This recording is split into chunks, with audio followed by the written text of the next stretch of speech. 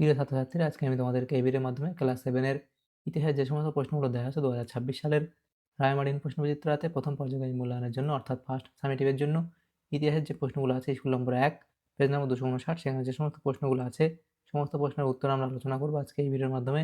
তোমরা ভিডিওটা শুরু থেকে শেষ অবধি অবশ্যই দেখবে এবং চ্যানেলে যদি নতুন হয়ে থাকে অবশ্যই চ্যানেলটাকে সাবস্ক্রাইব করে রাখবে পরবর্তী যে পেজগুলো আছে সেগুলো প্রশ্ন উত্তর পাওয়ার জন্য। আজকে আমরা 1 নম্বর স্কুলের প্রশ্ন উত্তরগুলো আলোচনা করব।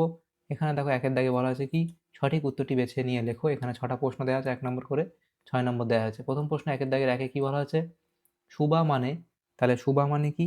এখানে হবে অপশন বি অর্থাৎ রাজ্য। এর পরবর্তী প্রশ্ন, শশাঙ্ক ছিলেন, তাহলে শশাঙ্ক কে ছিলেন? এটা হবে অপশন ডি অর্থাৎ শিবের উপাসক। এর পরবর্তী প্রশ্ন ছিল সেন বংশের শাসক ছিলেন, সেন বংশের শাসক ছিলেন, তাহলে সেটা হবে অপশন সি অর্থাৎ বল্লাল সেন। এর পরবর্তী প্রশ্ন 4 এর দাগে কি বলা আছে? হযরত মুহাম্মদ সাল্লাল্লাহু আলাইহি সাল্লাম জন্মগ্রহণ করেন, তাহলে এখানে কত হবে? তাহলে সেটা 570 খ্রিস্টাব্দে। এর পরবর্তী প্রশ্ন দেখো, বীরপাল ছিলেন একজন কি হবে? প্রসিদ্ধ শিল্পী, অপশন ডি।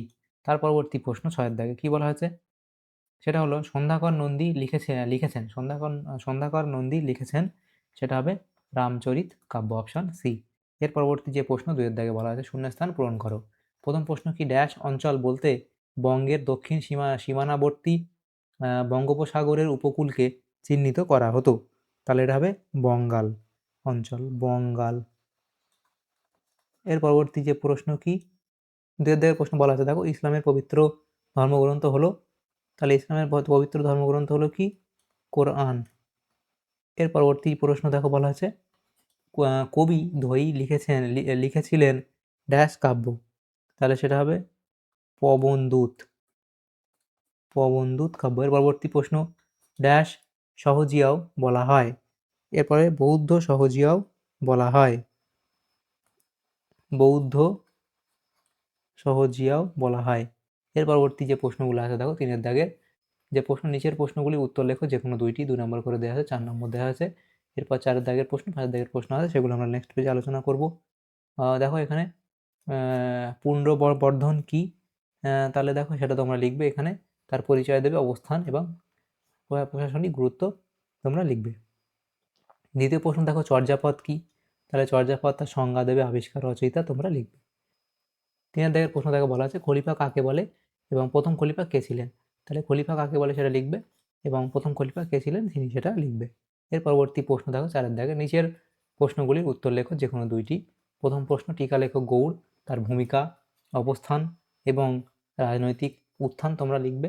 তারপর রাজধানী, পরবর্তী সময় বলে পয়েন্ট করে তোমরা এতগুলো পয়েন্ট এখান থেকে শুরু করবে, এই অবধি তোমরা লিখবে। এর পরবর্তী যে প্রশ্ন এখানে আছে দেখো 2 এর দাগে বলা আছে দেখো চক্র পাণি দত্ত সম্বন্ধে যা জানো লেখো। তাহলে চক্র পাণি দত্ত সম্পর্কে যা জানো লিখবে, তার পরিচয়, জন্মস্থান, সাহিত্যিক কৃতিত্ব এবং অন্যান্য অবদান বলে পয়েন্ট করে এই অবধি তোমরা এখানে লিখে দেবে। এর পরবর্তী যে প্রশ্নগুলো আছে দেখো 3 এর দাগের প্রশ্ন বলা আছে কি টিকা লেখো ইউরোপের সামন্ততন্ত্র, তাহলে তার সংজ্ঞা লিখবে এখানে এবং লেখার পরে সামাজিক স্তর বিভাগ, শীর্ষ স্তর, মধ্য স্তর, নিম্ন স্তর, তার পরবর্তী পয়েন্টগুলো করে অবধি তোমরা লিখবে, তাহলে তোমাদের এই প্রশ্ন উত্তর হয়ে যাবে।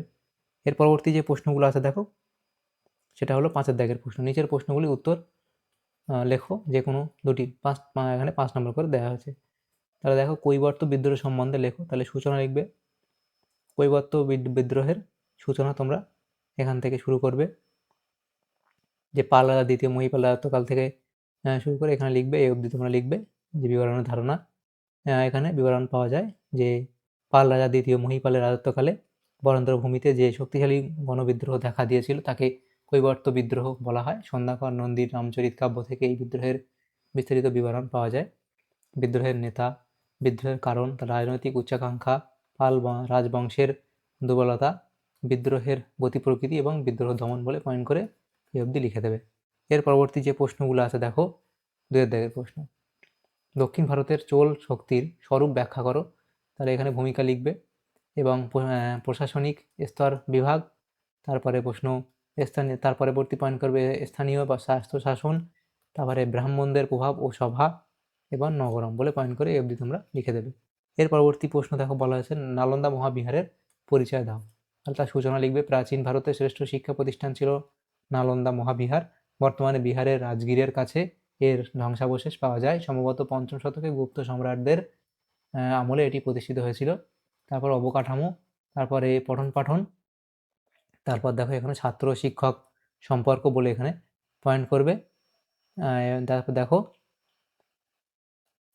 রাজকীয় পৃষ্ঠপোষকতা, তারপর আছে পতন বলে এই অবধি তোমরা পয়েন্ট করে লিখবে।